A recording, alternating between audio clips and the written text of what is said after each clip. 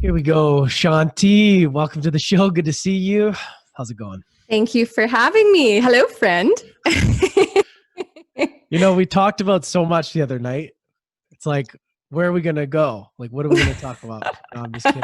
It's like, it was good because I feel like there is so much to talk about, and you are such a smart human and in tune to so many different things that I'm really excited to have you on, because I was on your podcast, which is awesome. We had a really deep conversation and I opened up a lot on there, and you're a great host. So I'm really excited to have you on the show now. So welcome. Oh, thank you. You buttered me up so well.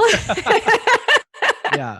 Thank you. Yeah, my pleasure. So before we get into what's going on right now in your life and these days, what's going on in the world, let's take it back to the beginning of like your journey. So let's start right in the beginning. First question is, walk us through a little bit of your journey of how you got to where you are today.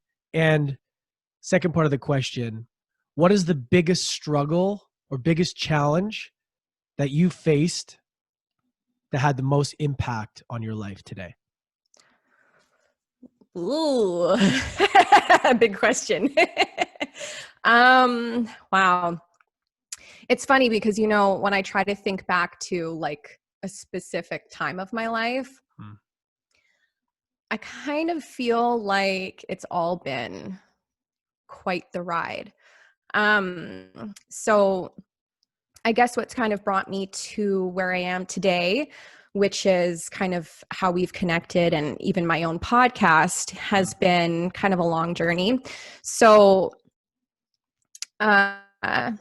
what I'm focusing on right now with my own work is a lot of self-worth and empowering people, because I realized that I spent a lot of my life self-sabotaging, making an absolute mess, making poor choices based off of, beliefs about myself, and it all just kind of kept coming back to self-worth. Right. And because of my car accident that I've had 3, by the way. None of them were my fault. I was a passenger in 2. Wow. Yeah, which was really weird because they were all exactly 5 years apart, which I thought was very strange. So anyhow, after this last accident that I had, I basically went from being like a really active young woman. I had just been in India. I had taken my yoga teacher training. I was feeling like I was on top of the world. And then I had this accident. And I went from that feeling of being full of life and opportunity for the future to having chronic pain and nerve pain and couldn't work. Mind you, I was dancing at the time, so I was making, that's exotic dancing. I was making quite a bit of money. And of course, when you go into any kind of like injury or illness, there's no benefits for you, of course, in that kind of career. So I had gone from having a lot of money, being a really active young woman, to now just having to sit with myself and, a lot of the things that we are able to normally avoid because we're so distracted and busy, I was having to face all of them. And I couldn't even at that time practice yoga because my body was so injured. So now I guess basically that put me into this really turbulent and dark place because, humans need to have meaning. We need to have something to look forward to. And when your future all of a sudden becomes bleak and, there's so much uncertainty about tomorrow, you kind of, a lot of the journey is this struggle within of like, okay, so now what? So that kind of put me into like a really dark place for a while where I was like just in this massive pain, and then trying to figure out how I could make money, trying to figure out what my life was going to look like. And that went on for like probably a good couple of years, probably a good year and a half, actually. And finally, I had reached a point where I decided that I was actually going to try to go back to dancing to see if I could make some money, because we were like, my partner and I, we were like really poor. Like I had no resources. I wasn't sure where, our groceries were going to come from. And so I decided to go back to dancing just one night, Wow. even though even though physically I knew it was going to kill me. And needless to say, my body couldn't handle it. I also felt like, spiritually, emotionally, I had grown so much that to go back into that environment, it also felt very jarring, and it did not feel right. So I was driving home and I'm like, okay, universe, like here I am, vulnerable. I have no idea where I'm going, what tomorrow will bring. Like, now what?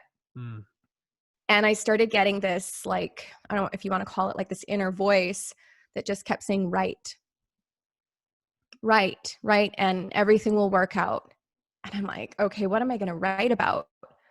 So it went on for probably a good like 3 or 4 days. And so finally I was like, okay, I'm just going to write what I'm learning. And I started sharing that on my Instagram.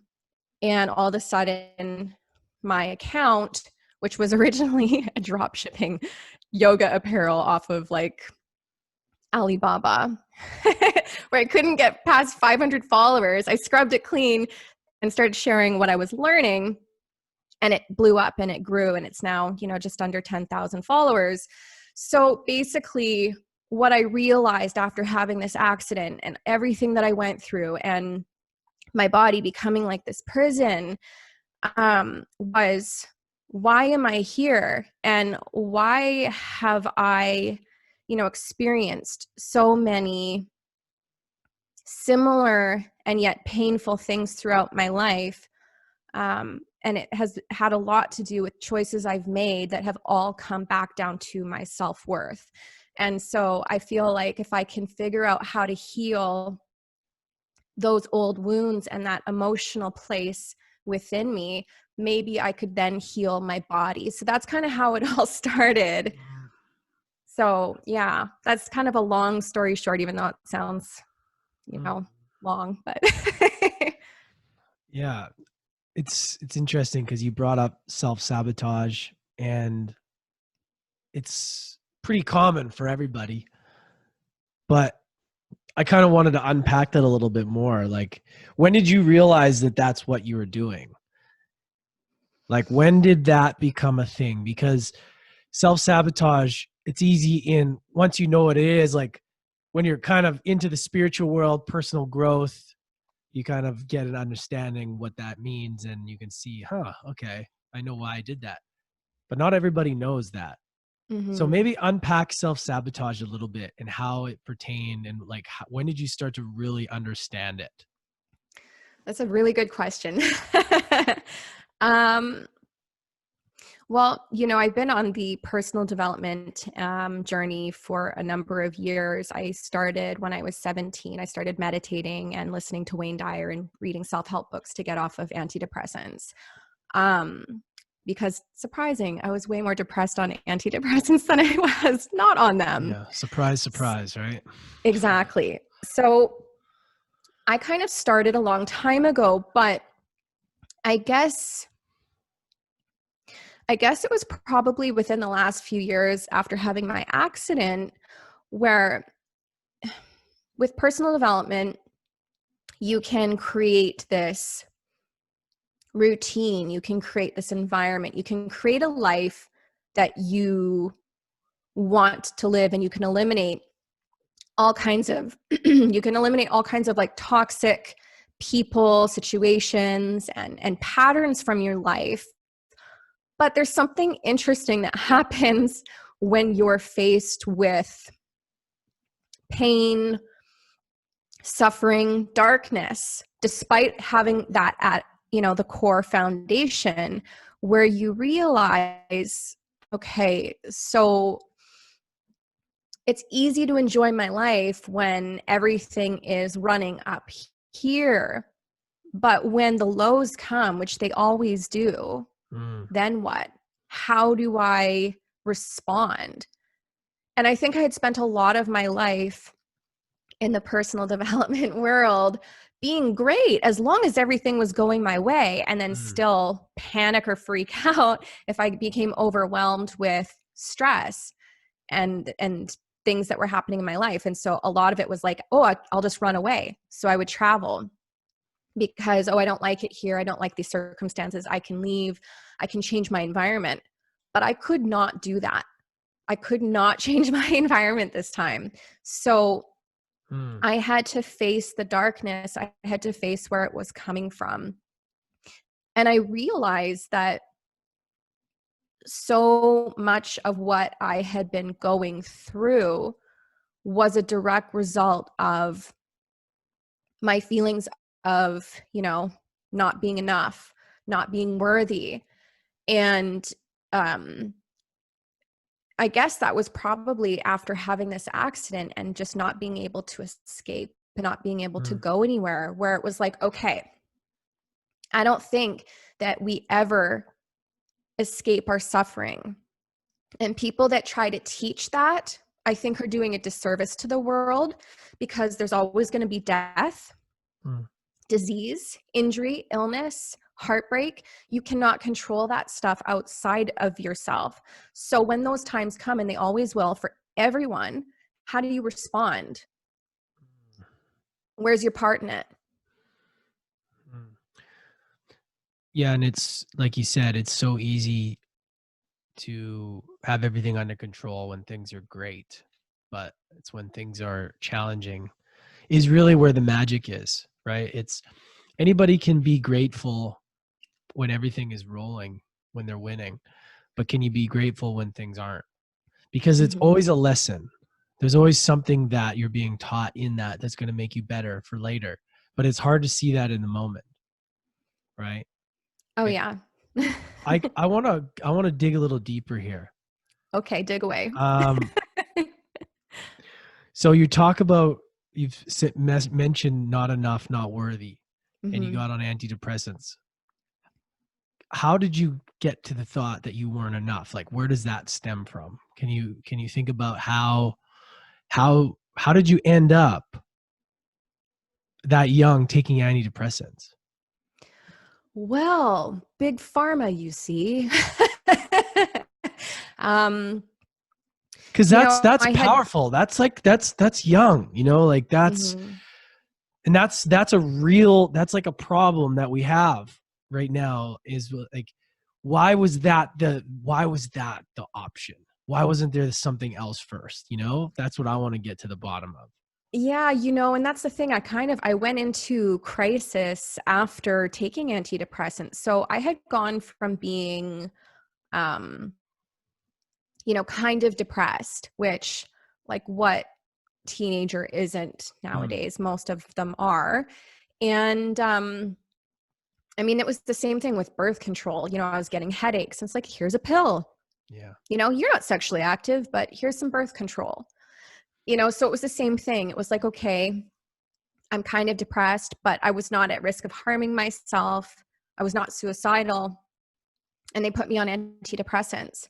Well, lo and behold, I became a very suicidal teenager. And they kept trying to change my doses, change the medication. I was on Wellbutrin, Zoloft, Cipralex, and they kept changing them. And my grade 11 year, I tried to commit suicide 4 times that I was hospitalized for. Holy shit.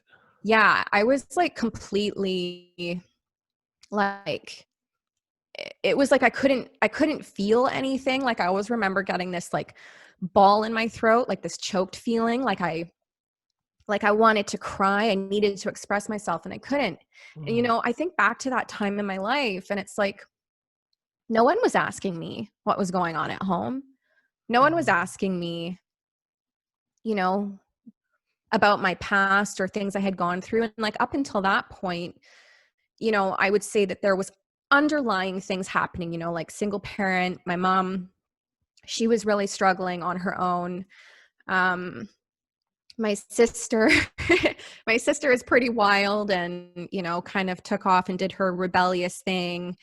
My dad passed away when I was 8 years old, but he was pretty much out of the picture most of my life because he was incredibly abusive to my mother. So she left when I was like 9 months old. So my mom was struggling. I saw my mom struggling with financial burdens, and, there was some abuse in my childhood as well. Like, back, when I was 3. And of course, now being a lot older, you can look back and there's so much scientific evidence and research on what happens to a brain that's been traumatized. It becomes like an injury to the brain. It's not actually just psychological. It becomes like a brain injury. And so there was some of that going on underneath, but nobody asked me. Just, here's a pill. So I took the pills, and and it just made me incredibly self-destructive. And then there was also bullying that had gone on that year as well, because the antidepressants, the antidepressants made me so kind of unhinged that then I became kind of like the bad girl from some choices that I had made. And now I'm the bad girl. And, at school, I'm getting bullied because, I'm that girl. And so I just kind of, this shame and, sense of like low self-worth started to really develop. And it wasn't until over the last few years that I realized how much all of that was still underneath in here. Thank you for sharing that. Yeah, It's no powerful problem. stuff. Because now that I start to understand this in my life, like when you go back and you kind of unpack your past, you can see like how things just kind of lead one into the other. I can see that in my own life, and I'm like, oh, okay. And it becomes easier kind of navigating it, because you're right. Like trauma is it's a big deal, and it happens, and it can really mess with you in those years. And those years carry on into your teen years, and your teen years are the hardest years of our lives. Like that is something that isn't talked about enough. But like being a teen, you have so much stuff coming at you. You're changing, your body's changing. Like you're at school, you don't want to be there. You don't know why you're there. And if you don't have like a solid foundation at home, it can be really fucked. Like, and that's a time that's so crucial, that you need that real strong foundation. And if you don't have it, you can go down all kinds of different bad roads. And it's scary to think about. You couldn't pay me enough money to go back to those days. Yeah, it's interesting because I think back to even just as a dancer, it's like, well, why was I taking my clothes off for money in the first place? And this isn't to shame anybody who really enjoys that. But for me, it was like, well, there was obviously the financial aspect of it, because for a long time I had bartended and I had served and I was making really good money when I was living in Alberta. And then I come back to BC, the same kind of money that I was making there. I mean, you couldn't even compare it. And so finally I was like, okay, well, I basically have to dress the same in the serving and nightclub industry. I'm getting sexually harassed. My bosses are stealing my tips and, high on cocaine, and the environment is just as seedy. I might as well, instead of making, this amount, make this amount and do something with my life. I completely agree with you.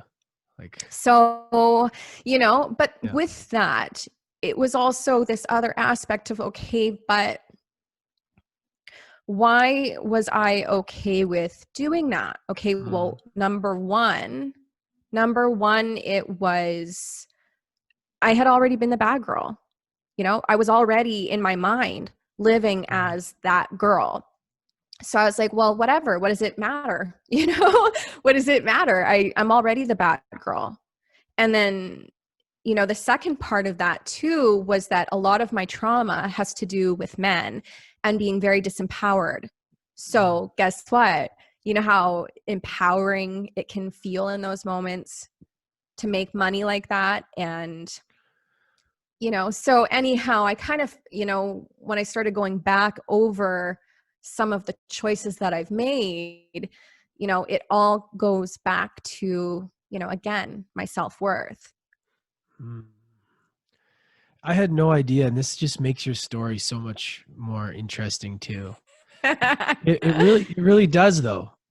Like, and I think, the transformation that you've had and you're having is going to help so many people. Like, it's just so important because this self-worth is everybody's struggling with it. Mm-hmm. But we have to be real with ourselves and really understand, why is that? Why do we have this self-worth? And my next question that's coming to me is kind of like, okay, you're at this point and you keep having these car accidents. Mm-hmm. You mentioned self-sabotage, you're not worthy. What do you think that these car accidents are trying to tell? Do you ever think about they're trying to tell you something or teach you something? Like, what do you take away from that after having three within, the same time frame? Like, what is your takeaway from those? What are you learning? What did you learn from that? Well, here's the thing. Same, because I've thought about that too. And it's like I always specify I was not the driver in these accidents because that's what makes it more weird. If I was the Yeah, driver and I'm having accidents, it's like, okay, you're reckless. But right. that sort of, for me, it's a universal slap. It's like the big man being like, hey, that's not for you. You're more than that. And I'm going to show you, because I remember when this last accident happened, I had this moment where I was like, okay, this is a lesson. I don't know what it is yet, but something is happening here. And I knew, because I didn't want to dance anymore. And I was on my way out of that anyways. With taking my yoga training, I was planning on going back to India again and taking more training. And I wanted to start doing yoga retreats and all of that. And now I have this accident. And it's like, okay, sometimes when you're hard-headed or you're not listening to what your intuition or this higher power is trying to tell you what you're here to do, my God, literally, this invisible hand will smack you and say, not for you. Oh, you think you're going this way? I don't think so. You're going this way. And so you go through this like dark journey, and like that's what it was for me. But I'm familiar with this journey. This is not even the first time that I've gone through Yeah. similar dark night of the soul type rock bottom journeys where I'm crawling my way back out of it. And not necessarily just from car accidents, but, from like choices that I've made where I've, realized, okay, I'm not listening to my soul's purpose, why I'm here. And this higher power is trying to speak to me and I'm not listening. So what's the best way to get your attention? Chaos. Then you're listening. Let me take all of that away. Let's see what's left. Mm. Yeah, I completely agree. If you don't answer the call, if you refuse the call, whatever you're supposed to do, and you allow yourself to talk yourself out of things, your ego to take over, you're just going to get, it starts as a whisper and then it gets louder. And it's like, all right, like, Mm-hmm. how are you going to, what do I need to do to show you that this is like that, what you're doing isn't the right thing? And I Mm-hmm. really believe that too. I really think that. And would you say that the message would have been like, fucking know your worth, like you're worthy, like stop it, like stop sabotaging, like Like you are worthy of all the things. Like, would you like, because for me, that's what I'm just trying to, like, from my perspective, unpack like what it would be, the message would be. Yeah, I mean, that was like when I look back on most of the things in my life, like I was saying, that is the message. You know, it's, because I realized when I was doing, like, EFT tapping. I don't, if you're, Yeah. are you familiar with Oh that? yeah. Yeah. Yeah. So I always do the summit every year that's put on by the Tapping Solution, and I absolutely love it. And I was tapping along, and and I kept realizing, like, this self-worth stuff kept coming up over and over and over, and I'm like, worthy of what? Worthy of what? What am I not worthy of? Where is this even coming from? And then I started realizing that as I tried to navigate that sort of inner struggle and battle of, like, I am worthy and no, you're not. And, it's not even like consciously you think, oh, I'm not worthy of these things. That little voice comes out when you're trying to do something in this world. And it's like this little voice, and you can rationalize all you want. I'm worthy. I am enough.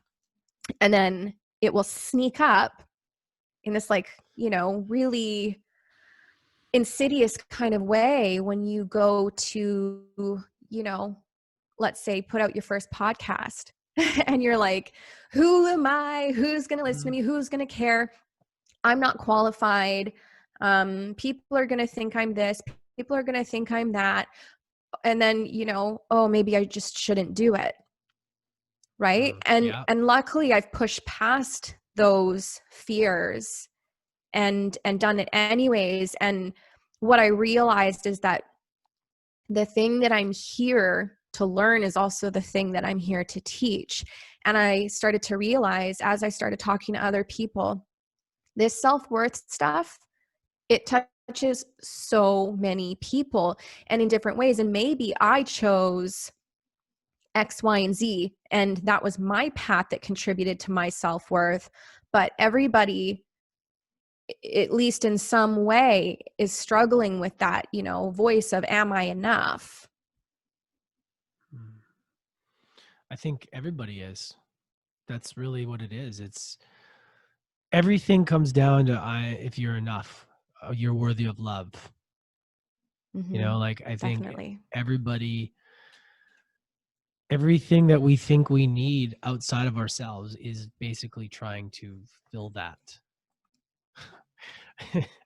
And it's it almost becomes funny as well, though, like, to me, because especially if you bring up podcasting, as one of the things, and this is just kind of like, a side note of that. It's like nobody has it figured out.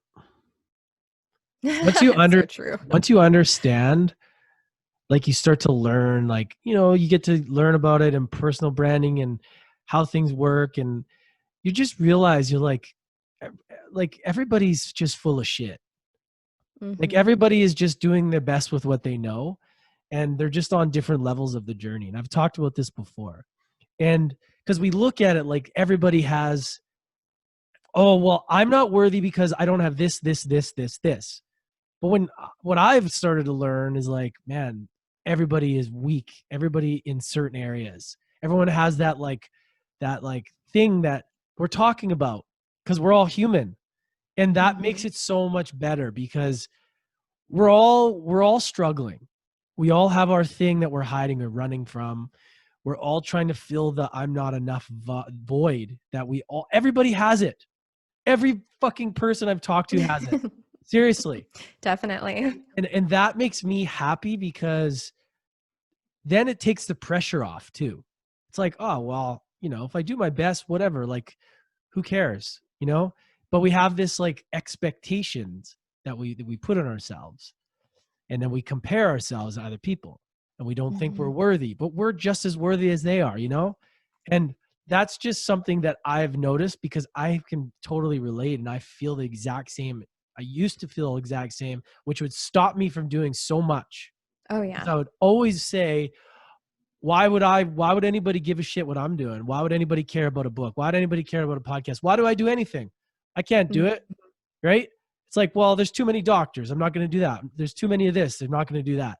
It's just like, all right, well, I'll just settle for something that's easy and high demand. It's like everything that is worth doing is going to have other people doing it, right? And Mhm. it's like, and it's just understanding that, why are they, because they had success in that thing, why are they any different than us? They're not. They just Yeah. believed in themselves.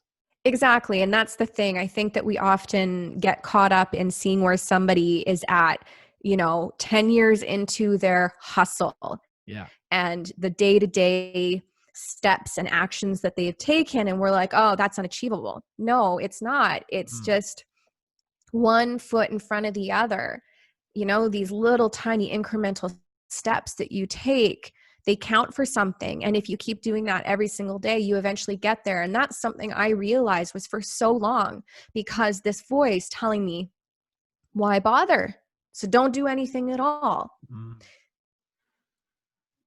Moving, like letting that voice be there and being afraid and continuing to move forward day after day, that has helped with my confidence. That has helped expand my realm of possibility and kind of open my eyes to you know, just a much more vast world of opportunity that I always thought was just for other people. So, it's just, yes, that voice is there for all of us, but and Yeah. you're gonna have to do something a million times before you're really good at it anyways. So this idea of perfection and going into something and you're great right away, that's not realistic. So it's also changing your perception as well. And like you brought up a good point about knowing those places, knowing your weaknesses. That has been probably the most helpful thing for me on my own journey is, where do I need to improve? Where are my faults?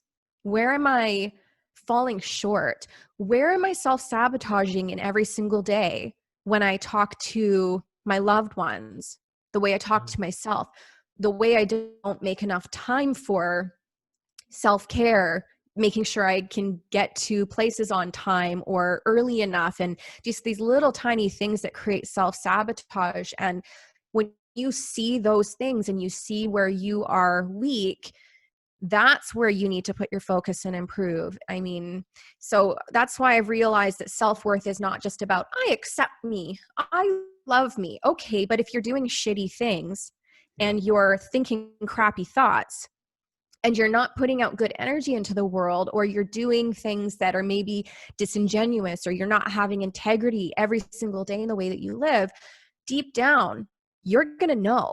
It doesn't Mm. matter if no one else knows. You're not going to like yourself. So you do need to, you know, see the dirt so you know where to clean and clean it Mm. up. So, Yeah, I love that. I love yeah. that. And yeah, it's having integrity with yourself, because Mm-hmm. yourself, you know, you're, and I mean, your body keeps score. I mean, it knows, right? Mm-hmm. It keeps track of everything, and it's powerful. It's really the most important thing. Is like, it doesn't matter what anybody else thinks, because at the end of the day, if we're cheating ourselves, that's where it all starts. Like, Yeah. if you're out of alignment with what your purpose is, then you're only going to feel it in when it comes to anxiety and depression. And because I feel like a lot of I've tried to unpack anxiety for me and like depression, and it's usually, what it causes for me is when I know that I'm out of integrity with myself, or alignment, out of Mm-hmm. alignment, and or I know that I could be doing better, and I'm not beating myself up, but the general knowing of, well, did you do your best? Have you been doing your best? Mm-hmm. No. okay, well then that creates this like, oh, I could be, and it's important to have compassion for yourself, but it's also important to identify, you know, I think that's normal. If you're trying to accomplish something and you're not doing the things that you could be doing, then you're going to get a little bit of that, like that feeling, right? Or if you're doing things that you shouldn't be Yeah. doing, you're Yeah. going to be, fighting with justifying why you're doing it and trying to make it Yeah. okay. But deep down inside, that that's not good for you. That's why I Well, had to give up alcohol and me too. fun party drugs. um, yeah, I Yeah. went through a phase of that in my life as well, where I was partying. And that was in part because I was avoiding, it's funny because I was on this, self-help journey, but then I was also, trying to mix, self-transformation and self-realization with drugs and partying. And so here's the thing.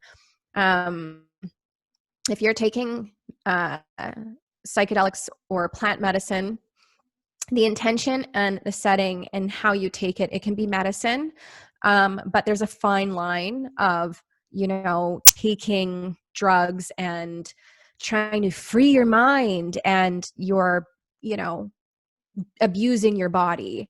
And I remember during that time of my life too, when I was really heavy into partying and music festivals, and you know I had this moment where I looked around and I was like, this is not what I want from my life. Like, I want to Mhm. feel high off of life. I don't want to run from, because, that darkness was still in there, and it's like you can feel it and you're suppressing it. But I always felt like I was lying to myself. And I wanted to just have fun and let loose and, be like every other 20, 22, 23-year-old my age. And every time I would, you know, intoxicate like that, I always felt like this voice inside me, like that knock that was like, you know better than this. This is not for you, Yeah. you know? Oh, do I know? It's like you're speaking my exact story. I completely resonate with that. Um, Alcohol. Well, even like during the journey of this show, the last 2 years, I've struggled back and forth with it. I was off it and then on it. And here I'm talking about, you know, helping people transform and all this stuff. And yet I'm going out and drinking. That's why I knew I had to pull the brakes as well, because Mhm. I can't be who I want to be if I'm, well, not to say that alcohol is bad, you guys. I'm not telling you, anyone you listening out there, that that's bad. If you can handle it in your place of your life, that's fantastic. But you have to get real with yourself. If it's the thing that's holding you back and messing with you in all your areas of life, then you just have to, it's about self-awareness. And I just knew, like, Mhm. does the person that I want to look up to, would they be behaving like this and doing this kind of shit? And I said no. I was like, they wouldn't be.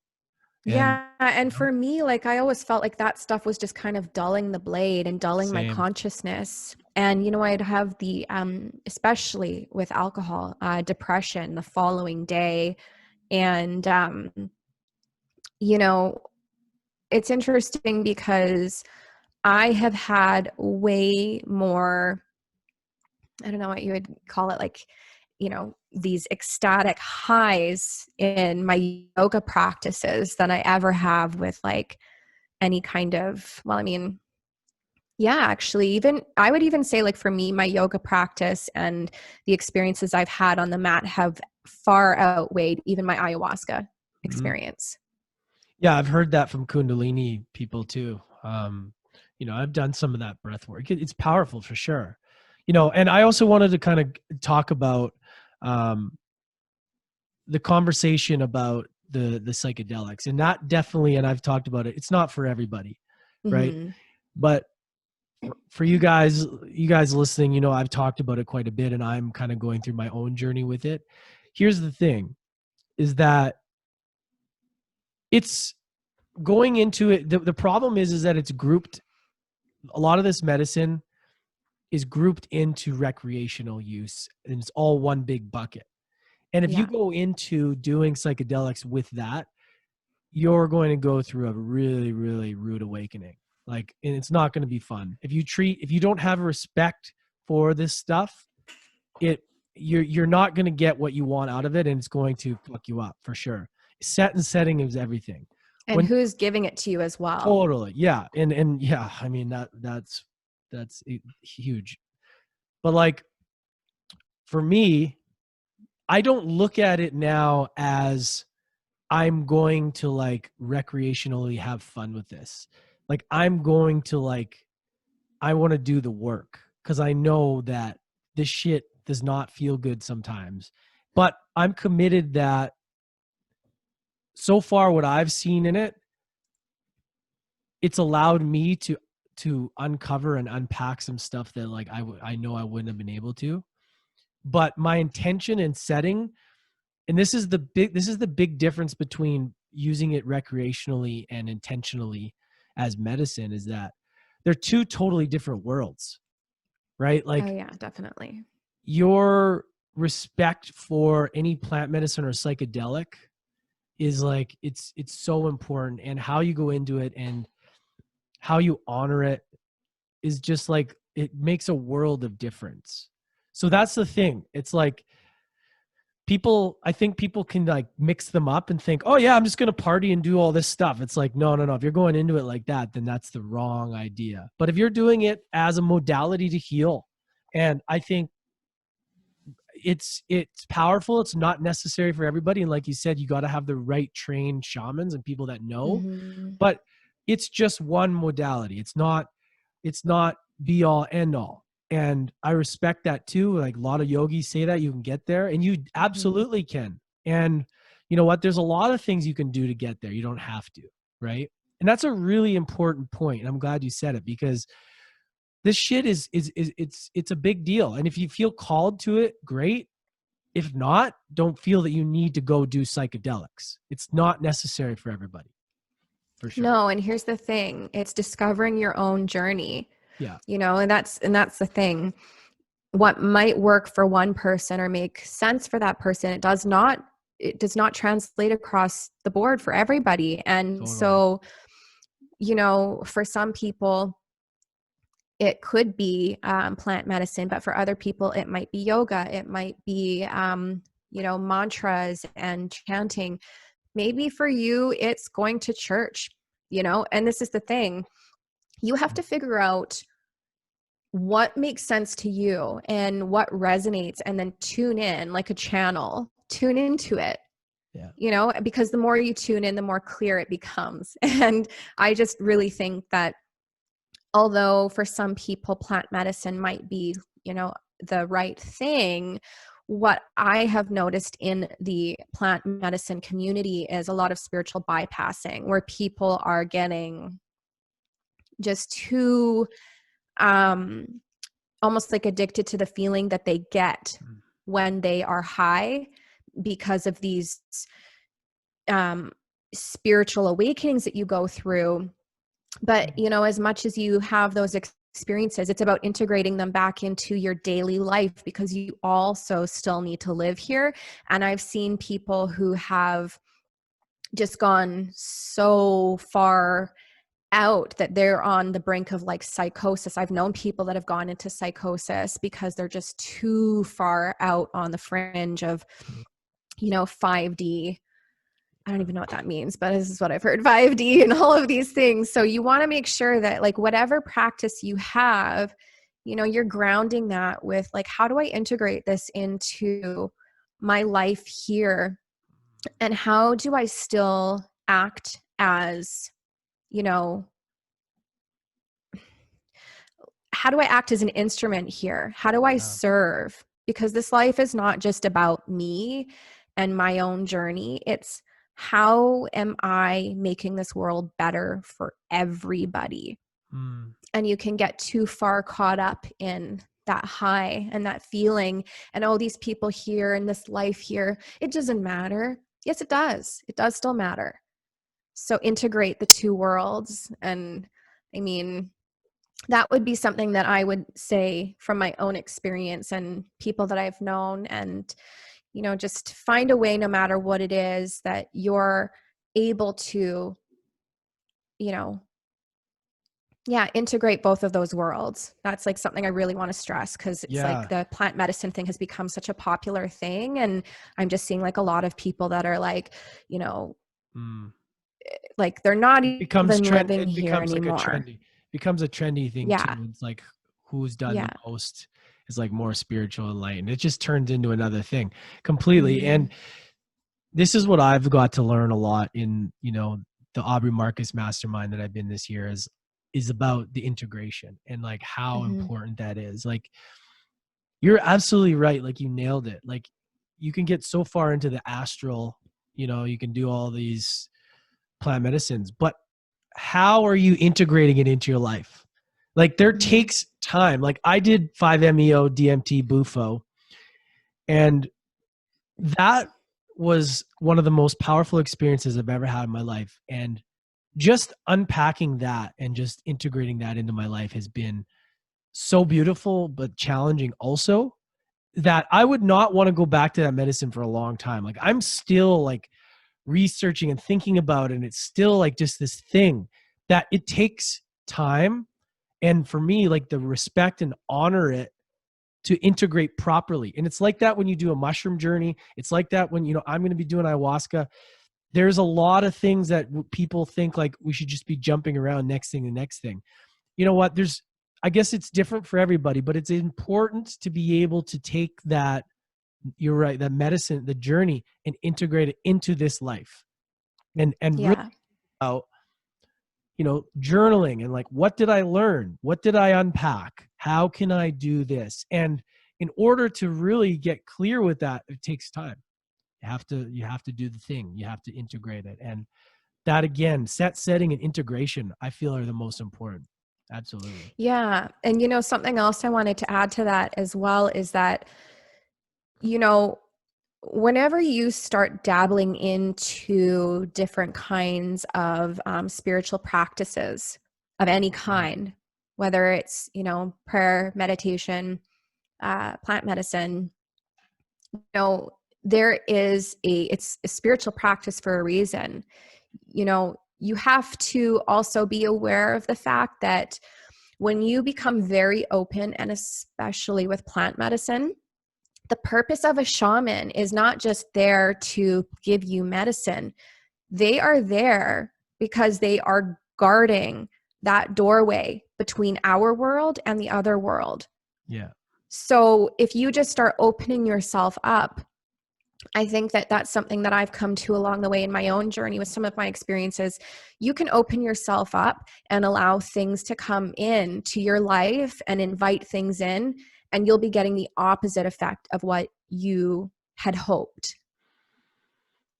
Yeah. Because there's a lot of dark entities and energies out there. And people that don't believe in that stuff, like once you get into that realm, you understand that there is that. Mm-hmm. It's not just as what we see. There's some like darkness. Oh, Like, yeah, definitely. yeah, Yeah. I'm really glad that you brought that up because it's really important to be aware of that, because I know that you went down a pretty dark road with that, and it took a Mm-hmm. while for you to, and that's why I understand now why you're kind of, it's important that you have that voice though, that psychedelics aren't isn't all the answer, right? And I love that you bring that up because I talk to a lot of people that everybody's doing it, everybody's like for it, but it's also important to have the discussion about what can happen if you aren't careful. Mm-hmm. Yeah, definitely. I know. Yeah, because basically you can go in and think that you're healing yourself, and the next thing you know, you're going to be having to call a different shaman to come in and undo the damage and chaos. And this is the thing that I didn't realize, and something that I've learned over the last few years was that, yeah, there's things that we don't understand. And one of the biggest things about Western culture is we have a bit of an arrogance about the way that we enter into things, and Mm, we like to make it our own. Oh, I like this, but I don't like that, so I'm just gonna, skip that part. And I like this, so I'm just gonna make it my own. you know not to say that that's necessarily a bad thing for everything, but there's traditions for a reason. There's a way for a reason. And I think that, to kind of bring it back to what you said, it's important that when we go into these kinds of things, that we have respect, and we have respect for the traditions around them, because I don't think that there's, ceremonies by chance. These ceremonies mean something, and they've been around for, hundreds, if not thousands of years, Yeah. by, indigenous peoples around the world, because they have an understanding of how to use the spirit of the medicine. So that's something that I've definitely, learned over my journey as well. There needs to be utmost respect for the traditions and the ways and the medicine of the plant and where it's coming from. So Mm. Yeah, there's some damage that can be done for sure. And I've mhm. heard it a few times. That's why it's so important to do your research on the people that you're working with. And again, intention and setting and everything is just so important. So with that, what would you now, like, I know that you had that bad experience. Would you invite the opportunity again to go and work with that medicine again? Or is that kind of like your sign that's like, hey, this isn't for me and I'm okay with that? Well, here's the thing. Like, when I had my ayahuasca experience, it was fine. I had a really good shaman. We went to Ecuador. I don't think I was necessarily as ready as I wanted to be. Like, my ex at the time, he wanted me to do ayahuasca because he felt I was broken and that I needed to be fixed. And so that was kind of, and I was Yeah. 23. So going into it, I had that. So I was still very fearful of the medicine. I still had some amazing experiences, and I would definitely go back there. But for me, some of the destructive, I'd say some of the destructive, or damaging is probably a better word, experiences that I've had with energy healing and alternative medicine was more so having people not knowing a person, or not, how do I put it? Like, everyone seems to be an energy healer. That doesn't mean that they should be healing you. That doesn't mean that that person has clear consciousness. That doesn't mean that that person is necessarily the right person to put their hands on you and heal you. So that's part of it. But also, I went through a time in my life where I was so open spiritually that I was inviting in things that, again, were not good for me, because I didn't have a good, I don't know what you would call it. Like, it's like a judge of character almost. Like, so when it comes to the spirit world, when it comes to spirituality, I think that you said the other night, about having that bit of a critical voice, the critical, judge inside you that's like, I don't know about this. That's a good thing, because I don't think that you should just let anything and everything in. It's not like I would leave my apartment door open and just anyone come on in. It's like Totally. you're selective about who you invite into your home. So I think we have to view spirituality in the same way. Be selective about what you invite in to your home, which is your body, your temple. And I didn't at that time. And needless to say, it was affecting both my partner and I. And we had a shaman, or medicine man, from the Navajo Nation in Arizona. He came up here to do a ceremony for us. And after that, things were so much better. And I definitely felt relief after that. But that was a huge lesson for me. And that was something that I learned from this man, this medicine man. Is, he was saying, like, you people think that, you guys just know anything and everything, and that you can just do whatever you want. There's no consequences. And then I have to come in here and do some ghost busting and fix it for you. And he's Mm. like, there's a way. There's a way. And that was just like such a eye-opening experience for me, which has made me a lot more cautious about not just what I practice in my own, sanctuary, and what I invite in, but even who I share it with and how much I talk about it and who I talk about it with. Hmm. Well, and that also comes in all areas in life too, is having that radar, right? Like, because everybody's trying to sell you stuff. Everybody's that voice of reason, like that. I don't know if this is right. And I mean, obviously that's important with it when it comes to energy healing and like letting somebody that has that control over you, but just in general too, with everything. I mean, building a business, who are you going to work with? You're building your team, hire, like all this stuff. That word of reason, that feeling, that gut feeling that you get is important. And it's important to identify that and to honor that. This doesn't feel right, in all Yeah, situations. totally. And I know in Christianity, they call that spiritual discernment, Mm, and so even if it's not necessarily just spiritual discernment, yeah. I think that's so important to know what you're letting into your life, who you're letting into your life. And I mean, that can go not just towards like plant medicine and spiritual practices. What are you thinking about? What are you reading? What are you watching? What are you consuming?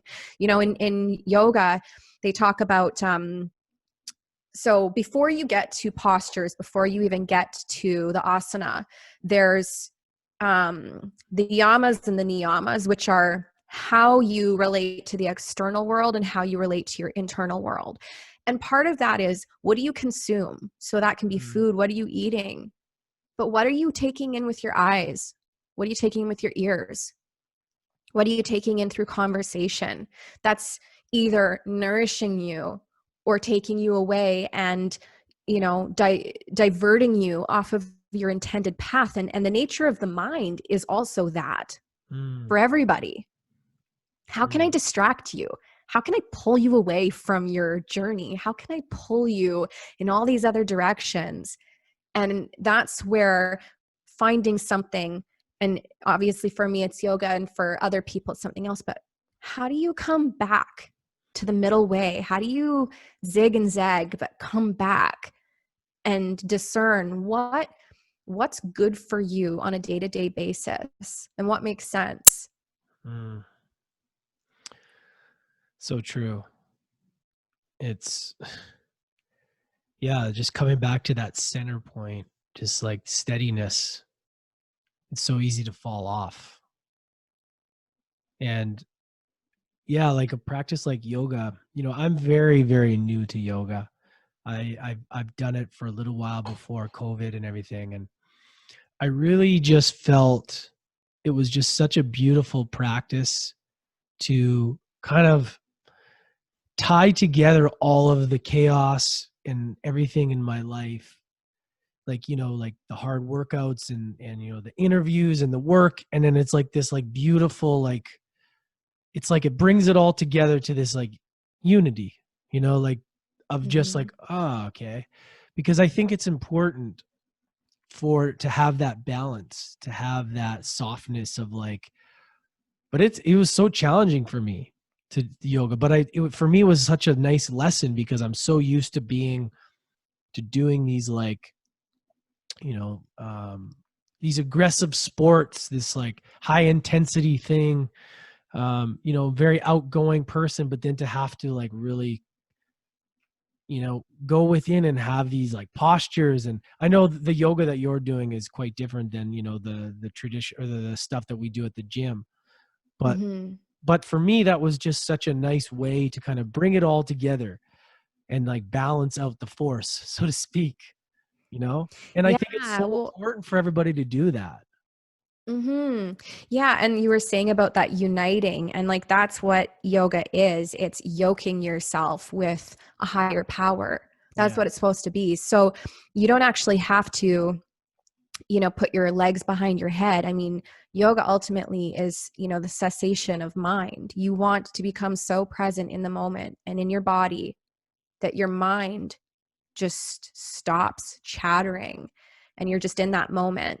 And that's what's so funny, is that when you're in those moments, it's like layers of your psyche start to unravel. And it's like this gentle feather, instead of like a jarring thought, it's like this gentle feather floats down, and you're like, oh, aha, hmm. Mm. So that's why I do that thing. And you start to have this understanding of yourself, and why you maybe are showing up in life the way that you are. Like at least that was my experience with my own practice and my training. But yeah, with yoga, there's also different kinds of yoga. So I mean, figuring out what yoga is best for you. But if I can give a word of advice to anyone who's doing yoga, yoga is about, you want to push yourself to a point between comfort and discomfort. You don't want, if you're pushing yourself to a point where you're holding your breath and you can't breathe, you need to come out of it a little bit, because you're pushing yourself too far, and that's your ego, But you also don't want to be so comfortable that you're like, there has to be a bit of a challenge there, but often yoga has now become so much about the being super flexible and, reaching all of these poses that involve you being very bendy and flexible, but it's actually more about what's happening in your mind. So a good way to kind of think of it as, you want to feel like a certain amount of pressure and discomfort balanced with comfort in your poses. When I did a Kundalini men's camp summer of 2019, I was just blown away because it wasn't what I thought. It was a lot of chants, a lot of like holding like weird positions, like rubbing your chest while holding your arm and doing this crazy shit. It was like, I shouldn't say crazy shit. I want to reframe that. Like just like, I don't want to put those kind of words to Kundalini because I respect it very much. So it's like, just like really challenging poses, and to the point where I was almost in tears, but then after, like a frustration from having to hold something for like 30 minutes over and over again. But then after, I was like this like bliss, and it's like breaking through these energetic systems in our body. And there's like, learning from somebody that's been doing it for like decades and decades, and just to understand like, wow. And just to see, like tapping into that was really amazing for me, but it also scared me. I'm like, I don't know if I could do this again, because this was really hard. Like it was really challenging. It was like, it pushed me to a point of like, we think of challenging as like hard work, but this wasn't hard work. This was just like really like mentally taxing, like just like, wow. By the end of it, I just was like done, and worked through a lot of stuff, a lot of emotion, people crying, people like working all through all kinds of stuff. Yeah, well, that's the thing. Your body, you said earlier, the body keeps the score. And it's true. It actually does keep score. And so, you hold on to things. And then when you start to move your body, and I think we talked about this on my podcast, you can manipulate your state through manipulating the body and moving the body, because you're releasing things that become trapped in the tissue. And that kind of just reminds me of there's two different people that kind of taught me that over the years. I had my first experience with that was when I was in India in 2012 the first time. This was actually before I was certified, and I didn't get certified till 2017. But I had met this Thai man, and he was a healer. His grandmother had taught him. He was from this like little Thai village. And he explained to me that what happens is you get energy that gets trapped in the body. So say someone is yelling at you, and you hold it in, you hold your breath. Those moments when you're feeling stress and now you're suppressing your feelings, it goes somewhere in the body. And then my second experience with that was actually during my yoga course, was as I was moving my body, all of a sudden old memories would come up and old things that you haven't thought about in years. And you're like, Mm, how is that still in me? And it's yeah. all of a sudden it comes out. And what my yoga teacher, which you were asking who you should train with, and I would say he's definitely one of them, Deep Kumar, but he calls it like spiritual emotional constipation, Wow. where you hold this stuff in. So like say you get the feeling like you want to, slap your boss or something like that. And you hold your fist because you obviously can't slap your boss. You hold your fist. Okay, well, now that energy that you have, like you want to slap, but you can't, it goes into the body somewhere else.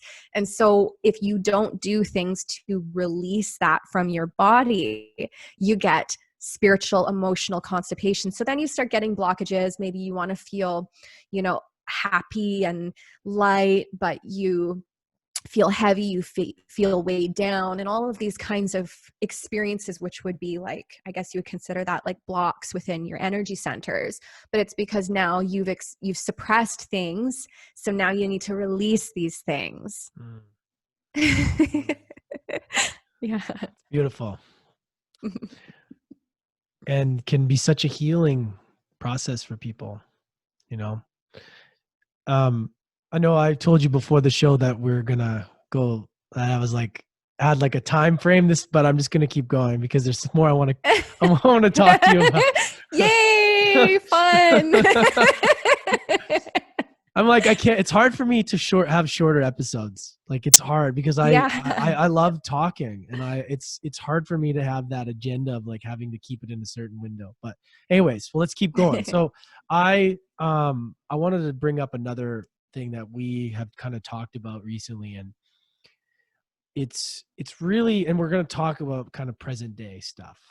So Okay. first of all, obviously this has been a challenging 9-10 months or however the hell long it's been now.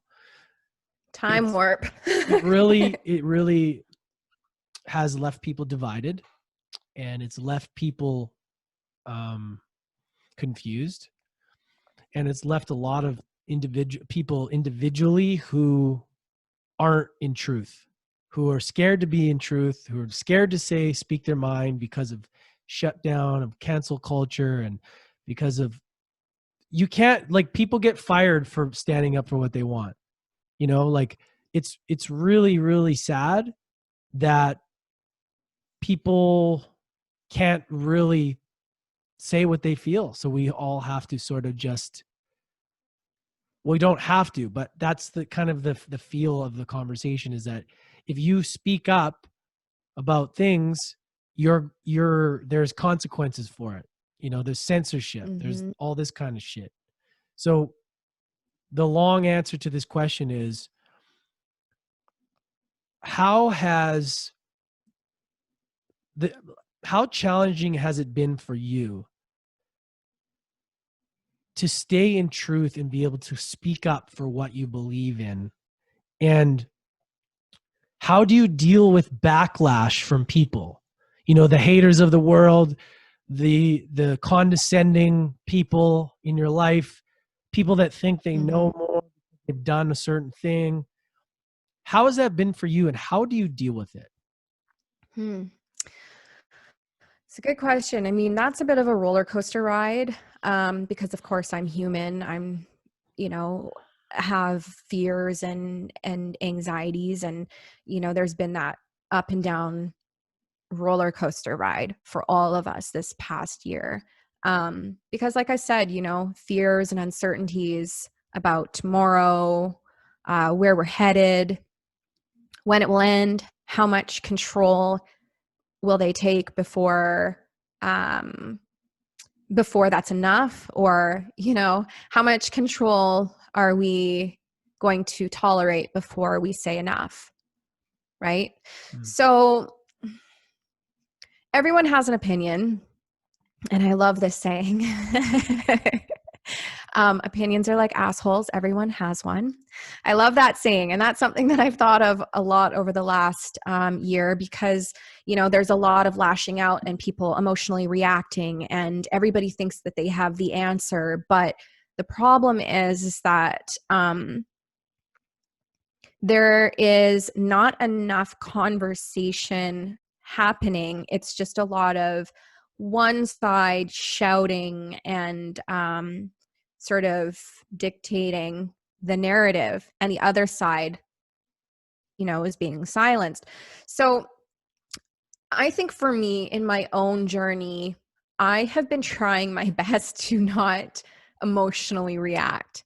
So, of course, I see things that trigger me. I hear things that trigger me. People trigger me, friends and family say things, and you're just like, okay, what can I do right now? I just need to breathe through this and then collect my feelings and thoughts and decide, where's my own head at in all of this. So that's kind of been something that I've really tried to do, is not emotionally post things and just observe what's going on.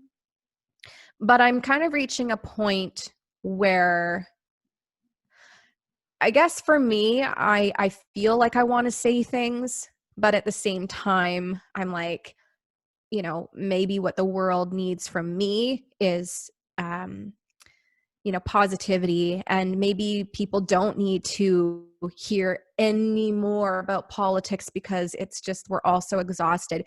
Maybe I need to just keep on my path here and focusing on, the self-worth journey and personal empowerment. But then there's this other part of me where I'm just like, I'm seeing things and I'm like, okay, there's a certain amount of, if people don't start to speak up and say things and we come together and unite, where are we really headed? Like, we're starting to be violated massively here. So where is this going to stop? So as much as it's nice to sit back and be like, oh, just let the universe decide. Okay, time and a place.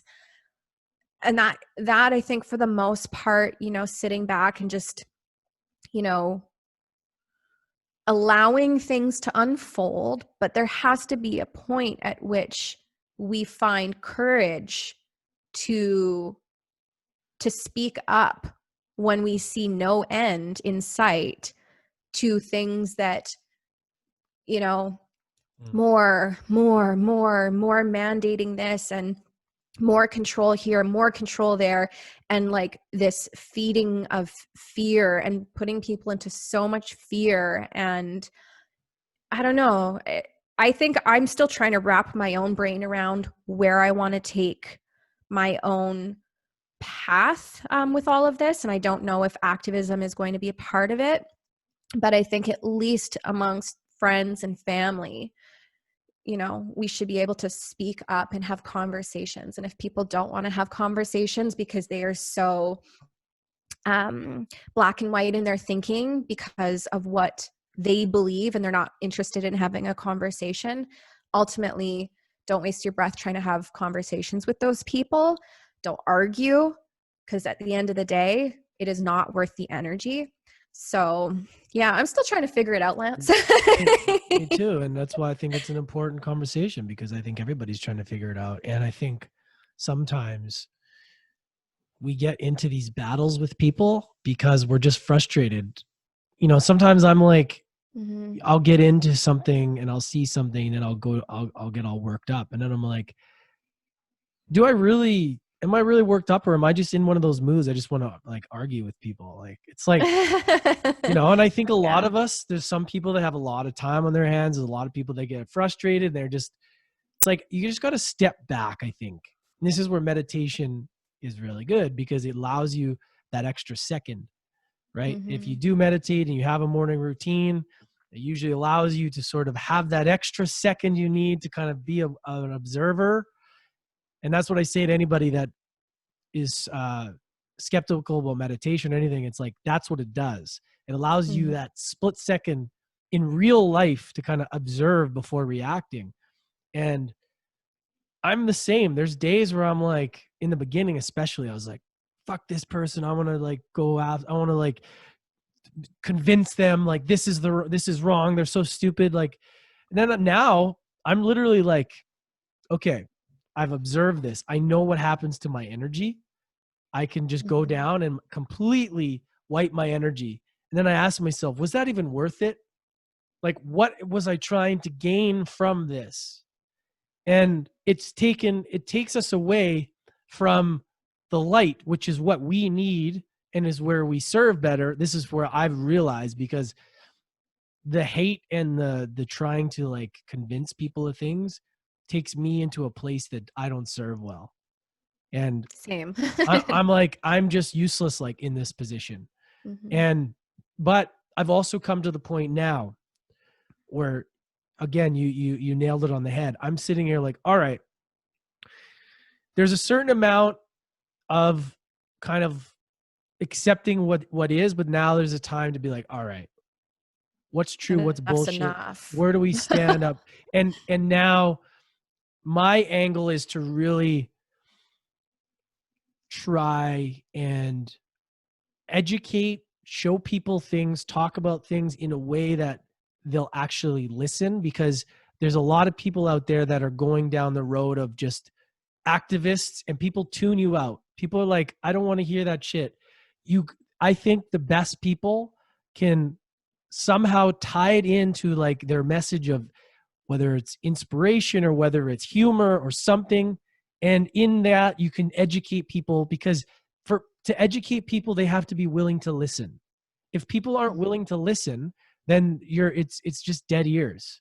So that's the thing. It's like, there's so much craziness out there.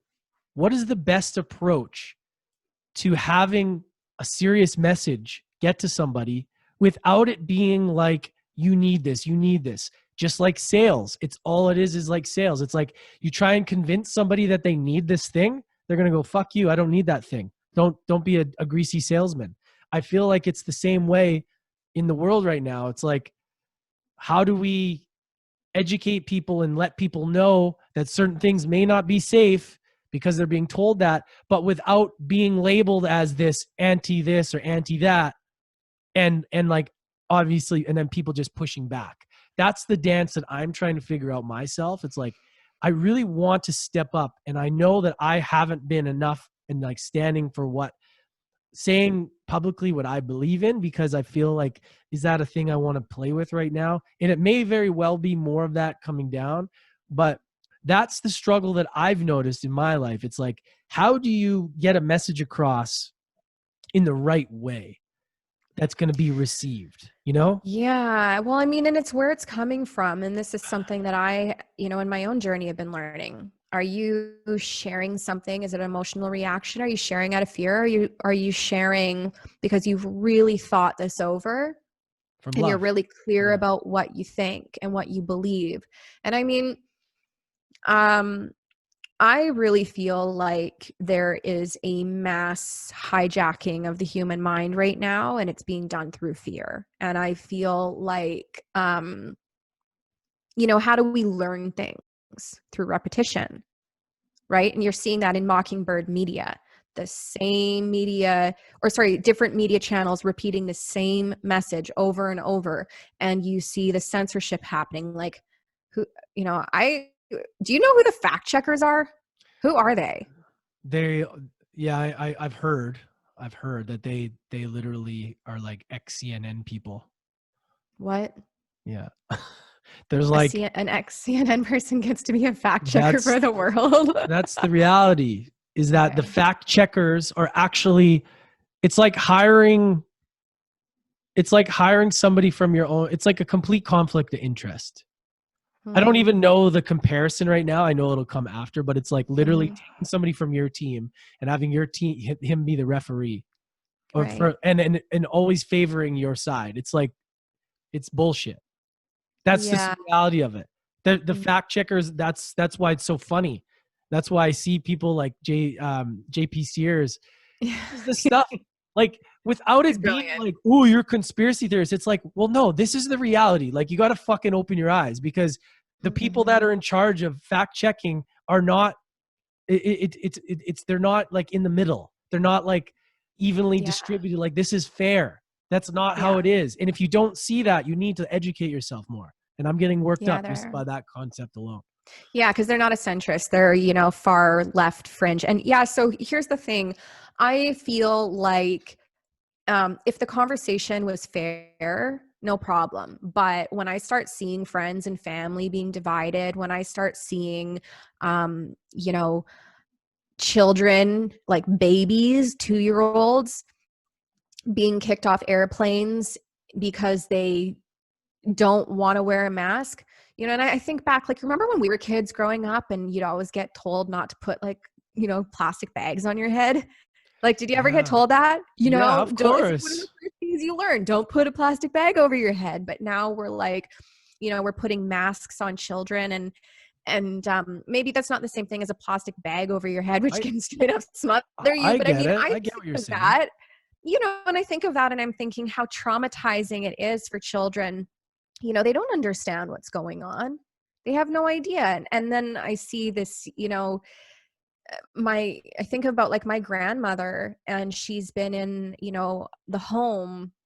She has dementia, and she's been, almost a year by herself, and we can't go and visit her.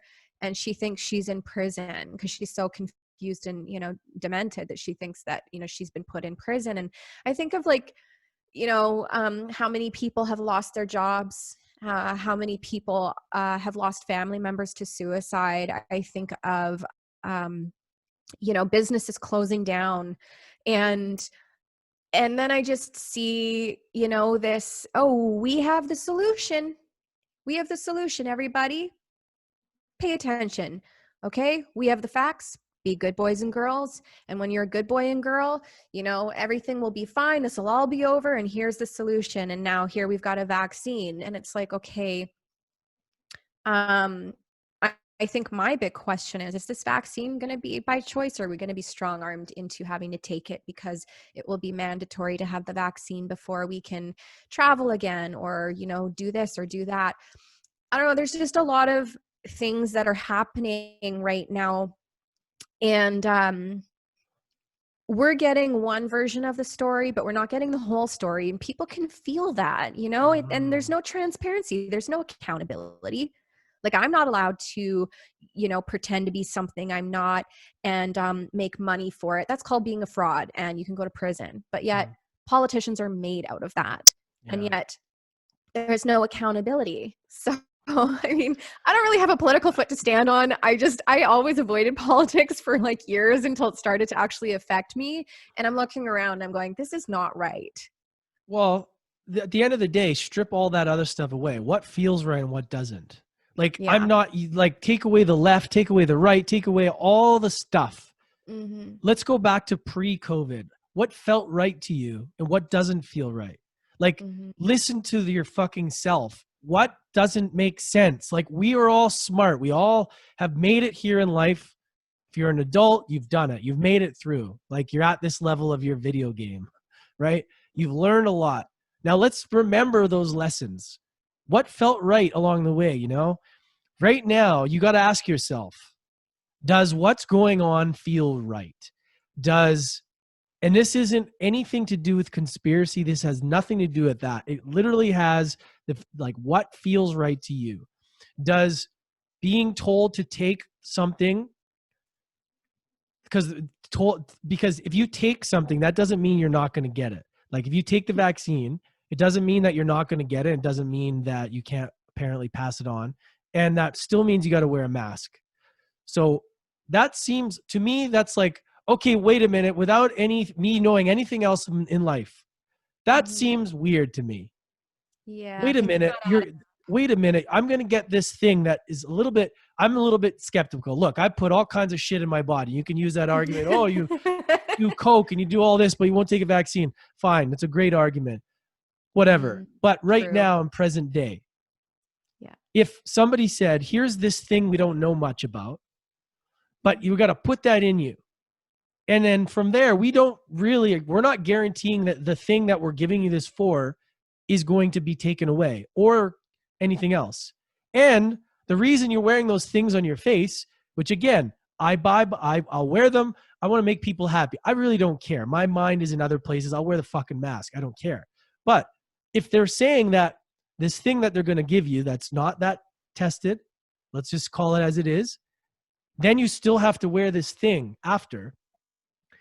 And then it's like, okay, wait a minute. So you got to get the vaccine, and then you still got to wear a mask, and you still don't get a free ride from COVIDville. How does that make any sense? Like, I just want to understand. Yeah. And this isn't conspiracy. This is what is out there. This is from somebody who, from this area, from the WHO or whatever. I have screenshots from people on Twitter. If you get this thing, it doesn't guarantee you that you're not going to get it again. And you're still going to have to wear masks. That's a fact. That was said. So that, for me, of being a human that's got this far in life, I'm just thinking, like, that doesn't feel right. What is the reasoning behind that? Okay? And like I don't understand. I just want to understand. Show me, if somebody says, look, here's the things with this vaccine, this is going to be this is in it, this is that, this is going to help you, the pros weighed out the negatives, I would maybe consider it, because, hey, the data was shown to me. Someone says, look, here's the stuff. This could help you. That, like, I'd be willing in certain situations. Look, at the end of the day, I don't want to take the thing right off the get-go unless I know more about it. I don't know whether we're going to be forced to do it. I'm also not going to say, like, oh, I'm an anti-vaxxer, because that's such a fucking stupid thing to say. Because yeah, but who's giving these labels, though? Yeah, exactly. That's the thing. Because, why are we labeling this divide? and they want to make us feel, because we're concerned about it, that we're an anti this, and that's the problem right there. And because somebody questions something, they're anti something. That's the problem. Let's just all assume that we're in the middle here. Like, we're just curious humans trying to get through life. We're trying to do our best. And sometimes things that we're being told to do just don't make sense up until this point, because we've done certain things that have conditioned us. And then now all of a sudden in 2020, there's all this other stuff that doesn't align with the past that we've gone through. And now it's like, wait a second here. I don't know. So for me, I'm just unclear. Like, I want to know more before I do anything like that, Yeah, I mean, and this is the thing, it's mind control right now. And when all this started happening, I felt violated. And I'm not going to get into details, but there's been several events over the last let's say 9 months where I'm like, ow, ooh, this feels gross. Like, I feel like I'm being violated, but I can't quite put my finger on it. Like, something does not feel right, but I can't quite put my finger on it. So, to kind of bring it back to discernment. Okay. Before you were going to, let's say, take somebody's advice or even develop a friendship with someone or marry someone, hopefully before you get into bed with someone, you kind of want to get to know that person. What's their intention? What's their motive? Do they value me? Do they really care for me? Where is this advice coming from? Right? Mm. And so this on a massive scale is like, why should I listen to you? I don't know you. I don't know you. I don't know what your intention is. I don't know what this thing is. And I just have to blindly follow along. I'm not a barn animal. I'm an intelligent human being, and I'm allowed to question things. And when you start telling me I can't question things, there is something wrong. Because now you're trying to take away my sovereignty and my free will to choose what's good for me and to say no to that which is not good for me. And so, you can kind of look at that in, like, let's look at it as like an abusive relationship. You get into a relationship with someone and you think that they are, a certain way. And then all of a sudden, all of these things start to shift, but it's all for your own good. And, something feels off, but you can't quite put your finger on it. And okay, and boom, several years go by and the abuse is so bad. And there's so much fear and there's so much confusion and control and a number of tactics and crazy making and things that goes on, that you are so scrambled up in your own head that you just comply and you go along with things, even though something inside you feels wrong. And it's not until you walk away from that abusive person, hopefully that you walk away and all of a sudden things become clear and you're like, oh my God, Like, how could I not see that when I was in it? Because so many tactics are used to keep you in their control. And, you know, I speak on this from personal experience. And that's why when I start seeing some of this stuff happening and I'm feeling violated, I'm like, ooh, Yeah. I feel like we're in an abusive relationship here with this psychopathic control freak, but who is that person? This person is invisible. I don't actually quite know who this person is. You know, I can't put my Mm. finger on it. And so I am very hesitant about things that are happening. And I thought earlier today too, I was like, oh, you know, if vaccines, like, would I want to put that in my body? And I immediately was just like, I don't know enough about it. And it feels so forced that it doesn't feel like it's for my own good. It feels more like a violation. So, Mm. you know, and I'm open to changing my mind, but Yeah, I mean, you brought up such good points there. And I'm not like a stubborn human when it comes to like I will be the first one to admit if I'm wrong. If I get presented something that goes against what I believe and it's a better thing and I realize that, then I'm open to admit, you know what? I thought this, but this came along and now I'm more educated. Now I can think Mhm. this. That the people that do that in our society, especially in health and wellness or anything, we're willingness to learn new information and your humbleness to say I was incorrect. I now know this, so now I'm going to change this and I'm going to talk about this. That's true intelligence in my opinion. To be able to 100%. have an idea, be presented new information, and then be able to humbly say, I've learned this now. I've been presented new information. Now it's time for me to do this. Because at the end of the day, I mean, what are we trying to do here, right? Like if it becomes about you and your ego, then you just want to hold on to what you know and you don't want any other information. And because you're afraid that what you've been doing is wrong. And that's what the problem is with a lot of people.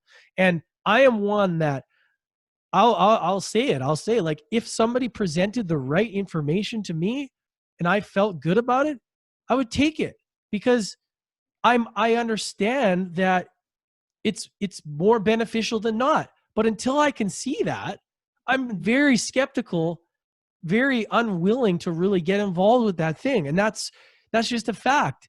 Again, Mhm. if somebody said, "Hey, this thing completely gets rid of it and we never have to worry and you can travel," oh, like there's these thoughts in my mind that would like consider these things, what outweighs the negative and positive. And Mhm. right now I'm sitting in these positions and, listening to podcasts and having these conversations. I'm really confused. I'm like, I just want to understand because right now I don't understand. And from what I understand, I feel sick to my stomach. I don't like the feeling I have. And Mhm. that is our intuition saying that something's not right here. And again, if you haven't learned to explore that, most people haven't. They ignore that in their own lives right now and they just go with what feels comfortable, which is usually the news, which is usually their Aunt Sally or their mom or whatever it may be. Mhm. And it's easy to all kind of get together and just be like, yeah, this is what they're saying. We're all part of this tribe, and anybody else is like an outcast. And that goes back to like tribal days of like outcasting people for thinking different. And Mhm. it's really interesting. And again, like this is just comes down to, does this feel right? If it doesn't, I mean, it's okay to question it, but that the problem is like worrying about, well, what happens if I question it? What happens if I say something? That's a shitty place to be in. And that's kind of where we're at right now. That's called being in an abusive relationship. Yeah, that's so true. Seriously. Yeah, it's so You, true. you know, because that's the thing. Like, and the reason why I brought this up as an example is I was like, I mean, before the relationship that I'm in now, like in 2015, I left somebody like that, 4 years I was with someone like that. And this person programmed me into being afraid to question his superior knowledge. And if I questioned it, there was punishment and repercussions that were terrifying. Right. So you know, maybe one person could argue, well, you have that perception, you have the perception of, you know, COVID and everything that's going on in the world politically because of that experience. So like, yeah, maybe I've thought of that. Maybe that's true. Or maybe that experience gave me insight into a perspective that I would not have otherwise had, because you were saying about listening to your intuition. There were red flags, right? And you, oh, well, I'm sure it's nothing. I'm sure it's this is fine. And then you're Mm, so in over your head. And this is, I guess, my concern is that like the long lasting negative implications that what we're going through right now will have on our humanity and on people.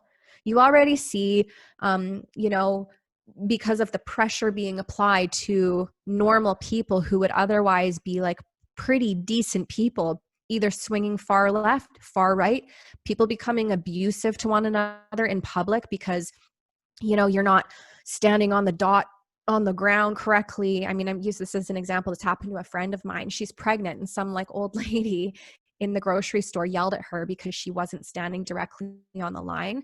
And, you know, my friend was like so upset because, you know, like who gives you the right to feel so entitled that now you can just shout and shame people in public? And that's something that, you know, let's a few years ago, something like that would happen. There's no way like that would be so socially unacceptable, but we're being conditioned to police one another. And during these times when you start seeing all of these rules and laws and people are afraid, and now the greeter, you know, the senior who's supposed to be greeting you at Walmart is like the draconian overlord who, you know, is resembling like SS freaking East Germany. Like what? When did that happen? yeah. And so you get petty misuse of power because you give people who had no power before now a sense of power, and they now become the overlord. And so you're seeing all kinds of weird things. Like we've talked about mental health, and we've talked about, the economic crisis that we're all going through. So that's kind of, you know, what I'm worried about. And kids growing up in this time, are we teaching kids to be afraid of one another? That's like, what's that going to look like in a few years? Yeah, well, that's the reality. Let's hope that this doesn't keep going on for too long, because Mm. any kid that's born in this time and they're putting masks on and growing up in that environment of being all apart, that's going to have psychological damage down the road. It's like a weird society, like all the kids that are conditioned like that, because those are going to be the future generation. Like we think of them as little kids, oh, it doesn't matter. But when we are old, those are going to be the people, those are going to be the kids that are going to be like looking after us. You know, it's like, it's Oh my crazy. God, It's yikes. crazy. Like it's a weird thing. And, you know, for all you guys still listening up until this point, this is just a conversation really just about awareness. And this isn't about what's right and what's wrong. It's just about like what's right and what's wrong within you, or what you think is right or Mm. wrong, right? It's like, I don't have the answer. My opinion doesn't mean Mm. shit. I mean, my perspective is just my perspective, and how I feel about right now in this period of time, you know, in December before Christmas, I'm just confused, and I just don't feel that this is right. And I think a lot of people, all you guys can probably, um, agree with me that things sometimes don't feel right. And I guess that's kind of the challenge that we're in right now. It's like just, um, having that awareness and asking questions within yourself. But at the end of the day, like, what's the solution to this, Shanti? Like, what can we do? You know, how can we, what do you see as like something that someone's listening right now and they're struggling and they don't know what to do, and they resonate with you, you know, what can they do? Yeah, I mean, something that's been really helping me is to limit, like I said earlier, like, what are you talking about? What are you taking in? You know, be careful where you put your time and energy, right? There's a certain amount of being aware and knowing what's going on in the world, but then also setting boundaries about what you let in.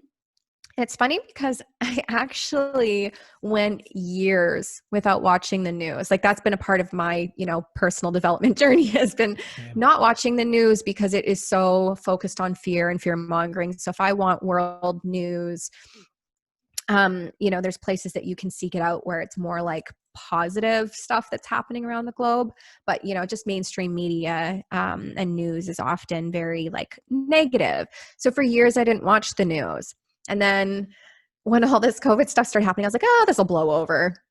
This will blow over. And then it wasn't. So I started paying attention. But then I started going down a few times. I went down the rabbit hole and I felt, for like 2 days, super depressed and hopeless, and it was not good. Mm. So what I've kind of come back to is, be aware, Yeah. pay attention to how these things are making you feel. But make sure that you take time to work toward tomorrow. I know there's so much uncertainty happening right now, but you have to create a sense of meaning and purpose that you can work towards. Like humans need that. Viktor Frankl talks about that in his book. And, Man's Search for Meaning. We need to have meaning and purpose. So keep coming back to that. And also think about the fact that when have we been given across the globe this amount of time to go within and sift through and think about, who am I? What makes me happy? What matters? What means something to me? When I take my last breath, what will have mattered the most to me?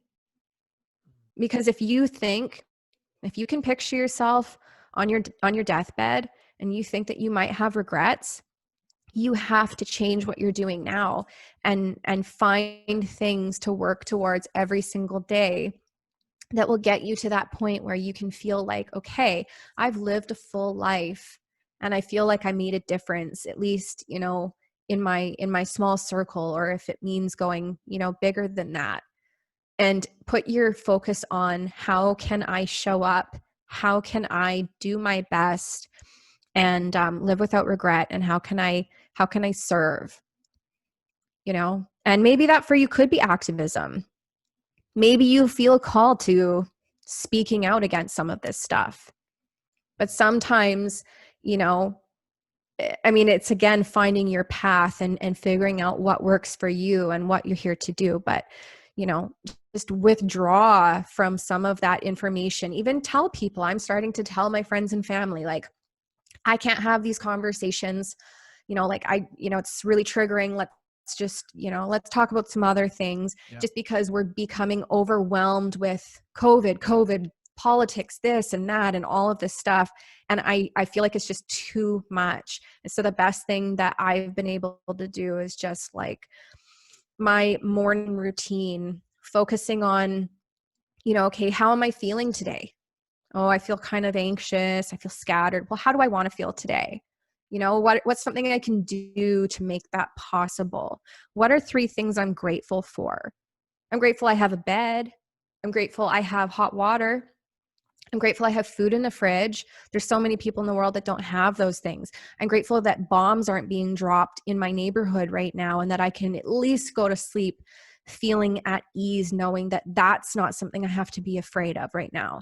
So it's just trying to figure out ways that you can shift your perspective and fill your days with things that are meaningful. That's been kind of that's my best advice. It's gold.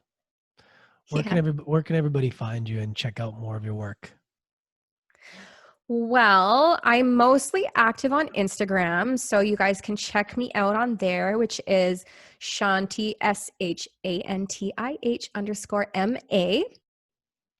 I am currently working on my first book, which is going to be, I'm not sure when I'm going to release it. I'm trying to figure out if I'm going to do self-publishing or traditional, but that is going to be all about self-worth, how to clean up your life and believe in yourself. So that's where you can mostly find me. I am on Facebook, not as active, but yeah. And of course, your amazing podcast.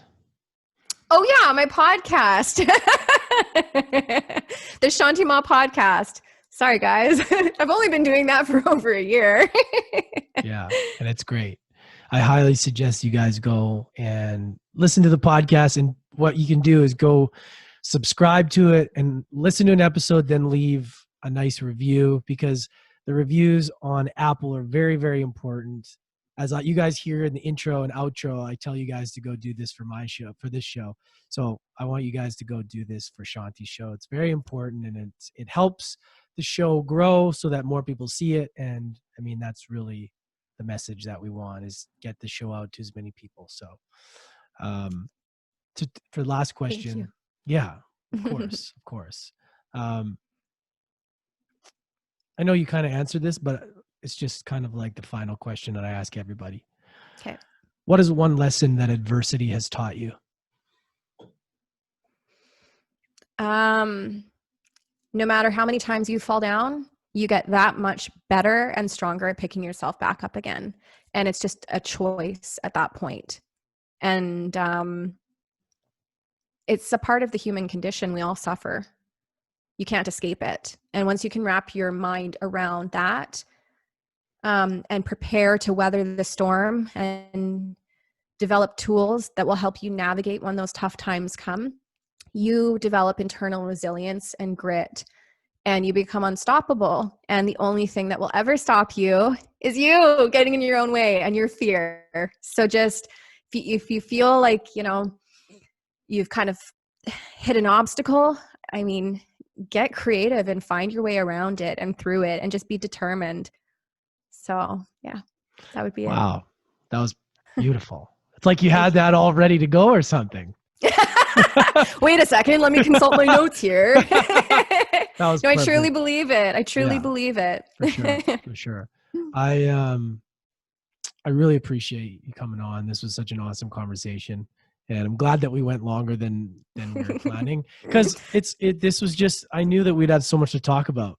And I feel like we covered so much. And just thank you for the light that you bring to the world. Thank you for your knowledge and just being you. You got a powerful message, and I really, really appreciate you, Shantih. Thank you so much. And I really appreciate your time and giving me the opportunity to come on and share. And thank you so much. Pleasure's all mine. Really Thanks, everybody.